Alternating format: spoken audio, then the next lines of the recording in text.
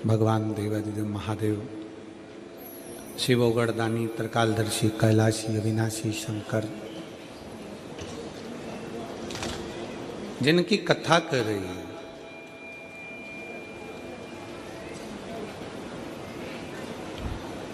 जब एक व्यक्ति का विश्वास जागृत होता है तब शिव उसके करीब में होता है।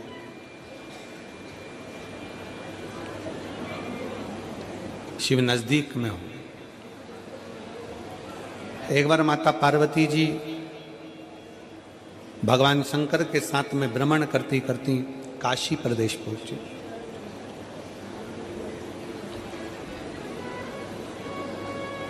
काशी की पवित्र भूमि पर मां विराजमान हुई।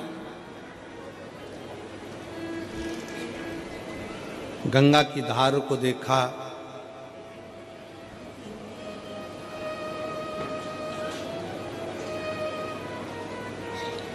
घाट पर थोड़ी देर मां बैठ गई।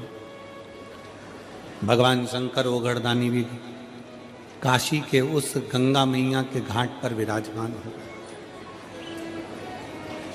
थोड़ी देर होने के बाद में माता पार्वती जी जब देखती हैं कि काशी के इस पवित्र घाट पर कितने कितने जीव, छोटे से छोटा जलचर, थलचर, वायुचर, एक छोटी सी इल्ली भी माता पार्वती जी देखती हैं कि पानी में एक छोटा सा जीव भी अगर बहकर जा रहा है तो कुछ देर में वो जीव देवलोक को चले जाता है। कुंडल पहनता, सुंदर स्वरूप धारण करता, सुंदर आभूषण धारण करता, सुंदर वस्त्र धारण करता और अपने धाम को जा रहा है।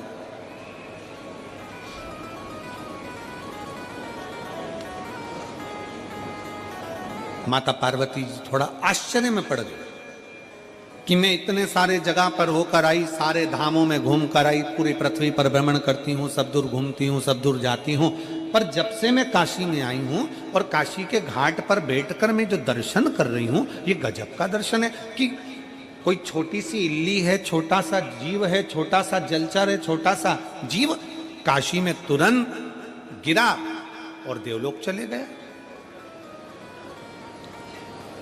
समझ में नहीं आ रहा ये पार्वती जी को कुछ लीला।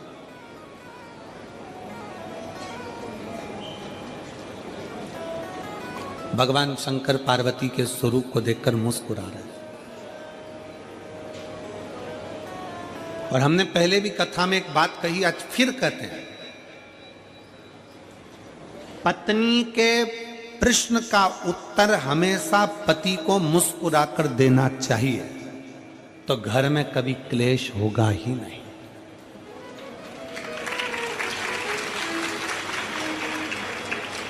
जो तुम चिढ़कर बोले वही मुस्कुराकर बोल दिए होते तो शायद विवाद होता ही नहीं। उसने प्रश्न करा और तुमने चिढ़कर उत्तर दिया।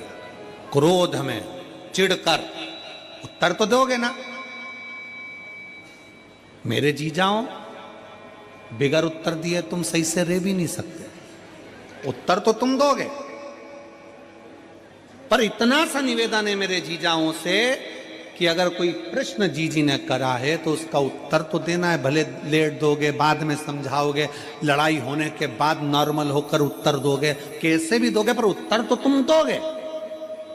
तो वही उत्तर जो तुमने चिढ़कर दिया, क्रोध कर दिया, बहुत ज्यादा गुस्से में दिया, अगर वही प्रेम से दे दिया होता तो विवाद होता क्या?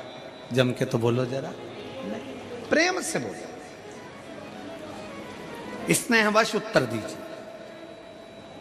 और पूरी कथा को देख लीजिए, अमरनाथ की गुफा की कथा को देखिए। पार्वती जी सो गई, नैनों में नींद भर गई माता पार्वती जी के, नैन में नींद समाहित हो गई माता पार्वती जी के।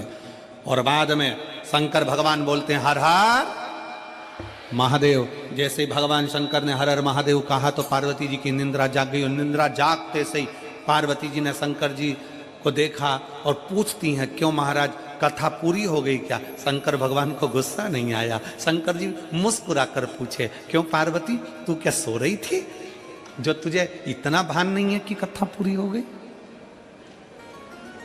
चलो वो भी जाने दो। महाकाल वन में, उज्जैनी में, अवंतिकापुरी में मेरे भोले बाबा घूम रहे थे क्षिप्रा के तट पर। पार्वती जी ने प्रश्न किया, शंकर जी ने मुस्कुरा कर उत्तर दिया।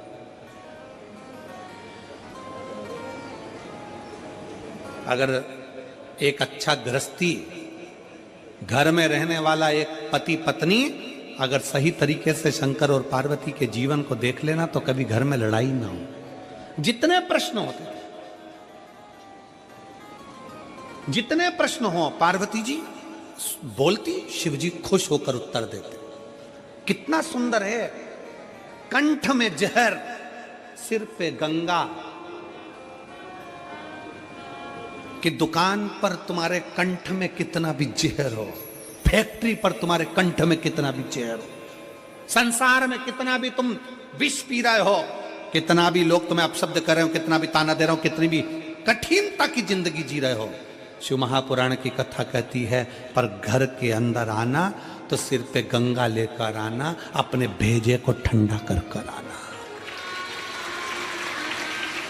अपने भेजे को ठंडा कर कर आओ।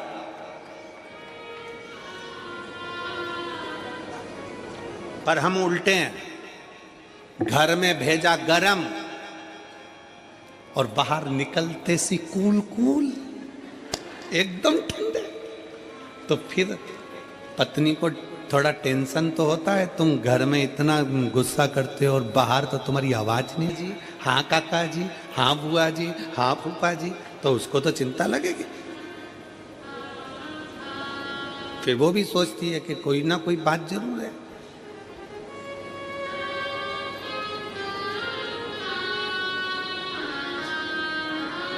और फिर निवेदन है हमारा, शिव परिवार का एक एक अंश हमारे परिवार से जोड़कर देखो। शंकर भगवान मस्तक पर गंगा लेकर चलते हैं, मतलब अपने भेजे को ठंडा रखो जब घर में रहो।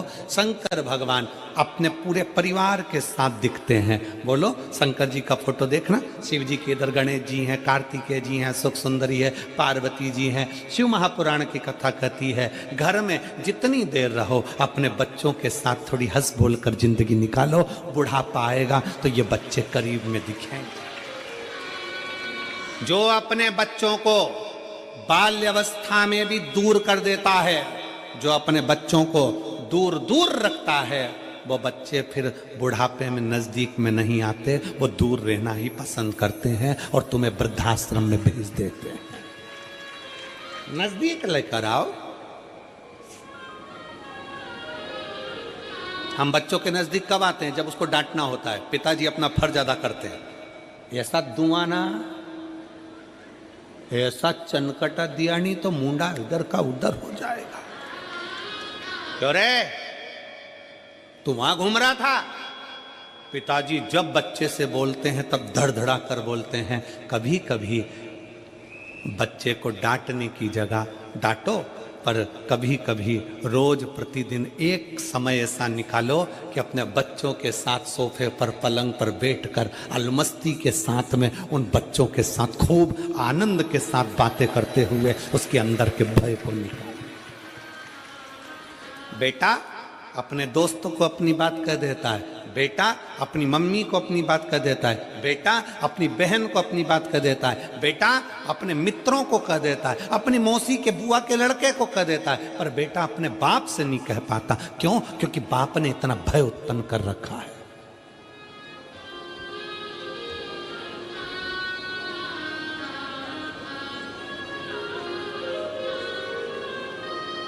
भय उत्पन्न कर दिया।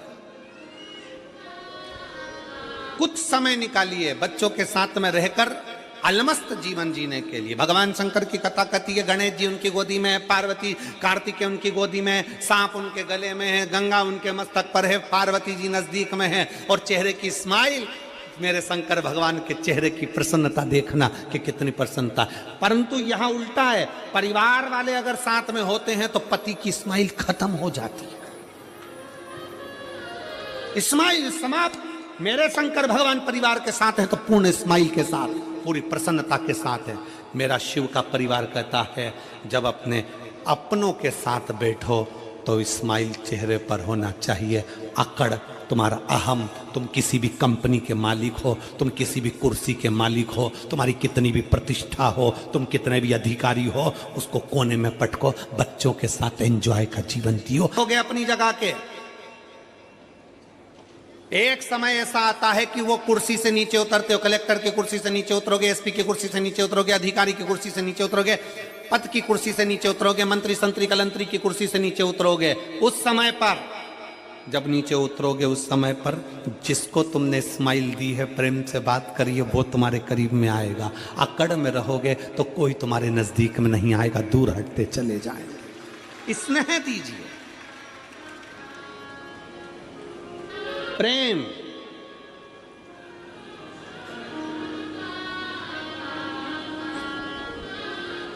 और मैं माननीय मुख्यमंत्री जी की धर्मपत्नी श्रीमती कौशल्या देवी सहाय जी को इसके लिए धन्यवाद देता हूं।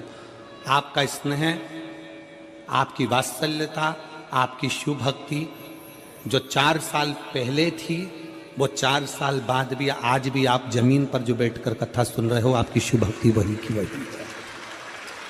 उसके लिए साधुवाद है, बहुत बहुत धन्यवाद देता हूं मैं आपको इस चीज के लिए, बहुत साधुवाद। जो 4 साल पहले आप कथा सुनते थे वैसे की वैसे ही आज कथा के पंडाल में दिखते हो, तो बड़ी खुशी होती है जो 4 साल पहले दिखते थे। इसके लिए एक बार जोरदार ताली बजाइए उनको, बहुत बहुत धन्यवाद है, बहुत साधु साधुता है, आपकी सहजता होना चाहिए। परिवार में खुश होकर रहिए। पिता का फर्ज केवल यह नहीं है कि बच्चों को चिल्लाए, पिता का फर्ज केवल यह नहीं है कि बच्चों को अपशब्द कहे, पिता का फर्ज एक ये भी है कि बच्चों के दिल में क्या चल रहा है, एक बाप अपने बेटे के मुख से निकलवा ले, बिठाकर, समझाकर, पूछकर उसके दिल का दर्द पूछ ले। बेटा क्या बात है, बाबू क्या हो गया, क्या बात है। मम्मी से बेटा 500 रुपए मांगता है और पापा से नहीं मांग पाता, क्यों? बेटा ऐसा होना चाहिए, बाप से प्रेम ऐसा होना चाहिए कि बेटा कह दे पापा मुझे 500 रुपए की जरूरत है, और पापा कहें क्या करेगा 500 का, चल मेरी बात करा स्कूल में, चल मैं बात करता हूँ, मैं देता हूँ, मैं करता हूँ, चल मैं कर। शंकर भगवान काशी के घाट पर बैठकर पार्वती जी को प्रेम से उत्तर दे रहे हैं। मुस्कुराकर उत्तर दीजिए, क्रोध में नहीं।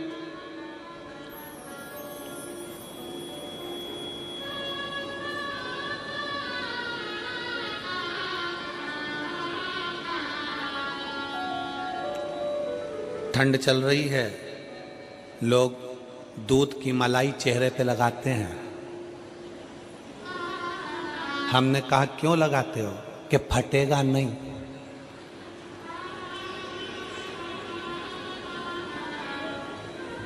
दूध की मलाई चेहरे पर लगाई तो चेहरा नहीं फटता, थोड़ी सी स्माइल मुख पर आई तो रिश्ते नहीं फटते, रिश्ते नहीं फटते।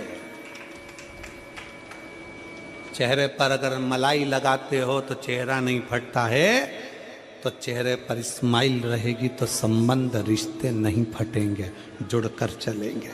आपके चेहरे की प्रसन्नता जोड़ती है, आपके चेहरे की प्रसन्नता।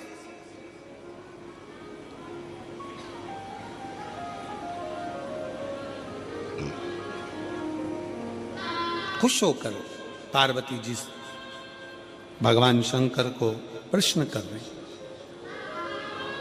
भगवान शंकर से पार्वती जी प्रश्न कर, और कई कई जगह पर ऐसा भी होता है कि प्रश्न उल्टे सीधे हो जाते हैं तो पति को क्रोध आ जाता है।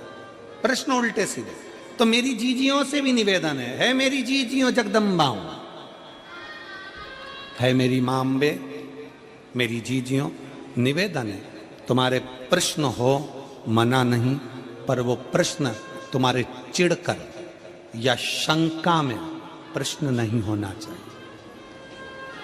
जब तुम्हारे दिमाग में शंका चलने लगती है और शंका में तुम प्रश्न करती हो तो अच्छे से अच्छा घर टूट जाता है। इसलिए प्रश्न शंका में नहीं, प्रश्न शक में नहीं। तुम्हारे प्रश्न भी शंका और शक में नहीं होना चाहिए। तुम्हारे प्रश्न करो दिल खुश रहकर, मुस्कुरा कर करो, प्रसन्नता में। कई बार मेरी जीजियां ऐसा प्रश्न कर लेती है, शंका में प्रश्न कर लेती है, क्यों आज तुम्हारी डीपी डली थी, वो कहते हैं ना कि वो ये मोबाइल जब से आया है ना, तब से दुनिया के लोगों की हालत खराब कर दी इस मोबाइल ने।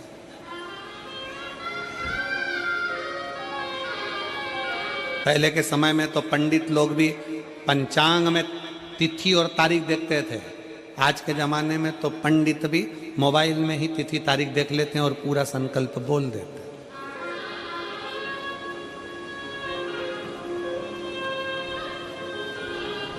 मोबाइल आया,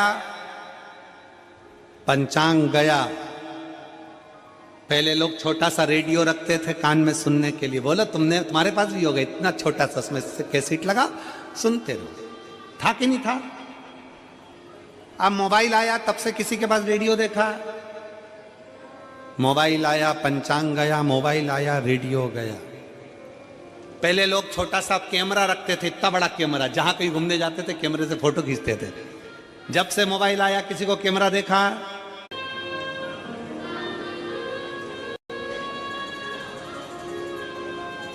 पहले लोग साथ में बैग के अंदर टॉर्च रखते थे। अब कोई टॉर्च रखता है क्या? जम के बोलो नहीं। मोबाइल आया, टॉर्च गई। पहले के जमाने में लोग डायरी रखते थे, पेन रखते थे नंबर लिखने के लिए, नाम लिखने के लिए।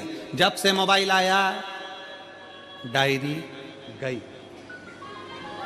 मोबाइल आया, पंचांग गया, मोबाइल आया, डायरी गई, मोबाइल आया, रेडियो गया, मोबाइल आया, टॉर्च गई। और वही मोबाइल तुम्हारी पत्नी के हाथ में आया कि तुम गए। वही मोबाइल। इसलिए सावधान इंडिया।